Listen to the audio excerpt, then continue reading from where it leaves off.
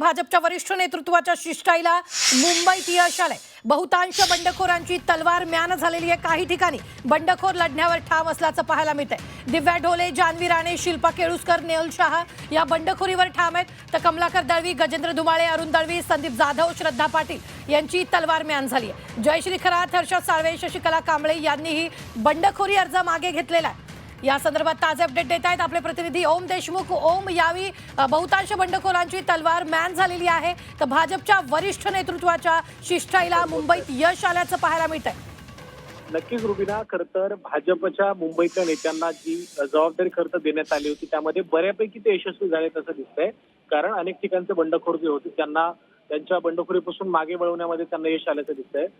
जी नावं आता तू घेतली, संदीप जाधव असतील किंवा इतरही महत्वाचे जे काही नेते होते जे नगरसेवक होण्यासाठी इच्छुक होते आणि ज्यांनी बंडखोर म्हणून अर्ज दाखल केला होता, त्यांची सगळी जी प्रक्रिया आहे अर्ज मागे घेण्याची ती पूर्ण झालेली आहे। आणि परंतु काही नावं अशी आहेत जी दिव्या ढोले असतील किंवा त्यासोबतच इतरही काही नावं असतील, जान्हवी राणे असतील, हे जे आहेत ते अर्ज भरण्यावर ठाम आहेत। एक इंटरेस्टिंग मुद्दा जो या निवडणुकीमध्ये खऱ्या अर्थानं गाजला तो म्हणजे भाजपचं डुप्लिकेट एबी फॉर्म जोडून खऱ्या अर्थानं जे निवडणुकीमध्ये उतरलेले आहेत त्या शिल्पा केळुसकर यांचा देखील जो अर्ज आहे तो यामध्ये कायम असल्याचं आपल्याला पाहायला मिळते। त्यामुळे कायदेशीर पेच जो या निमित्तानं उभा राहिला त्यावरती भाजप कशा पद्धतीने तोडगा काढते हे देखील पाहावं लागणार आहे। त्यामुळे अनेक वॉर्डांमध्ये जी बंडखोरीची डोकेदुखी भाजपच्या समोर होती ती आता काही प्रमाणात शमल्याचं या निमित्तानं या अर्ज भरण्याच्या मुदतीच्या नंतर आपल्या लक्षात येतं।